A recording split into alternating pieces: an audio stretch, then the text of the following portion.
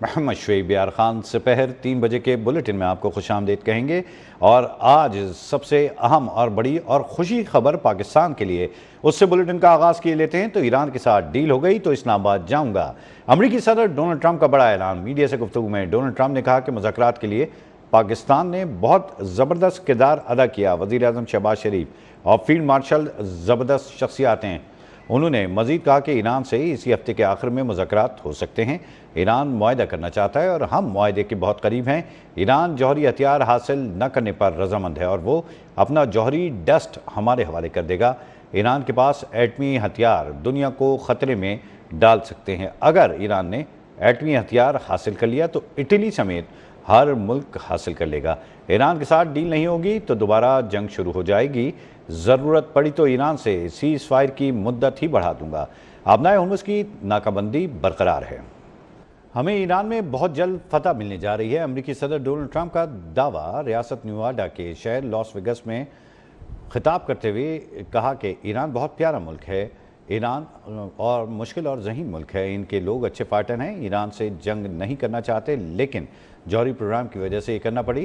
امریکی صدر نے کہا کہ ایران بہت جلد ختم ہونا چاہیے۔ یہ جنگ ختم ہوگی تو اچھے طریقے سے ختم ہونے جا رہی ہے۔ بہترین فوج کی وجہ سے ایران جنگ میں جو کچھ کرنا چاہتا ہے وہ کیا۔ امریکہ کے پاس دنیا کی بہترین فوج ہے، اسے مزید بہتر کر رہے ہیں۔ امریکی فوج کے پاس جدید ٹیکنالوجی ہے اور اسے مزید بہتر کریں گے۔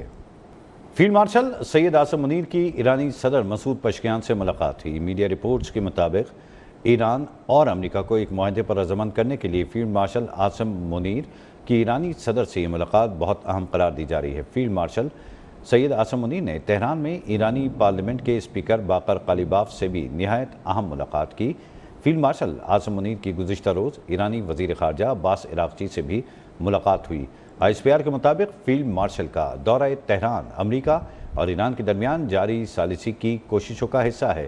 وزیر داخلہ محسن نقوی بھی فیلڈ مارشل کے ہمراہ ہیں۔ فیلڈ مارشل سید عاصم منیر کی ایران کے مرکزی خاتم الانبیاء ہیڈ کوارٹر بھی آمد ہوئی ہے۔ ایرانی میڈیا کے مطابق خاتم الانبیاء ہیڈ کوارٹرز کے کمانڈر لیفٹیننٹ جنرل عبداللہی نے فیلڈ مارشل کا استقبال کیا۔ فیلڈ مارشل نے خاتم الانبیاء ہیڈ کوارٹرز کے کمانڈر لیفٹیننٹ جنرل عبداللہی سے ملاقات کی اور اس دوران دو طرفہ امور اور باہمی دلچسپی کے معاملات پر تفصیلی تبادلہ خیال کیا۔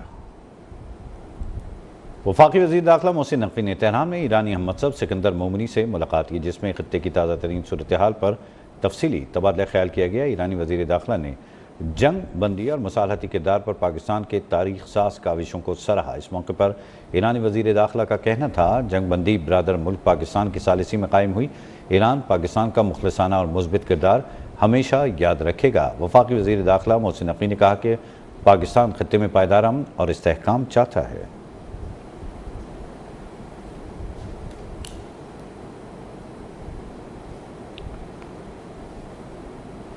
اور بھی آپ کو چکر لیے چلیں گے جہاں پر وزیر بلدیات ناصر حسین شاہ تقریب سے خطاب کر رہے ہیں۔ اب بھی ہماری بہنیں اور بیٹیاں ہیں، جس نے فارملٹیز پوری کی ہیں ان سب کو انشاءاللہ یہ پرووائڈ کی جائیں گی۔